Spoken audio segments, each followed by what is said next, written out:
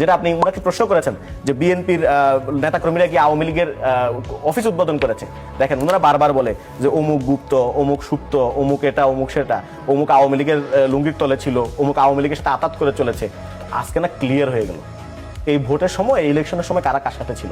পঞ্চগড়ে আমি দেখলাম, পঞ্চগড়ে এখন আরো অনেকগুলো ফেসবুকে অনেকগুলো জায়গা থেকে আসছে যে আওয়ামী লীগের দুই একজন নেতা কর্মী তারা তাদের অফিসের সামনে এভাবে দাঁড়িয়ে অবস্থান করে ছবি তুলছে, যেটা তারা এতদিন পর্যন্ত এভাবে করে নাই।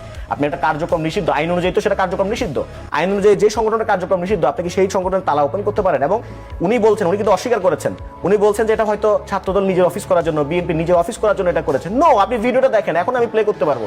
সেখানে তার পাশের জন যিনি অফিসটা উদ্বোধন করেছেন, একজন বিএনপির উপজেলা সভাপতি বা সামথিং, তার পাশের জন বলতেছেন যে উনাকে আমরা ধন্যবাদ জানাই, উনার মাধ্যমে আওয়ামী লীগের এই অফিসটা উদ্বোধন করা হলো। তো তাহলে এখন এই যে কারা কাদের সাথে ছিল গত 15 বছরে, হ্যাঁ, এইটা না শুধুমাত্র এই জামাতকে ঘায়েল করার জন্য বলা ঠিক না। আপনাদের মধ্যে এরকম অনেকগুলো এলিমেন্টস আছে যেগুলো দিয়ে আমরা বলতে পারি যে আপনারা কারো কারোর সাথে আঘাত করেছিলেন, বলতে পারি।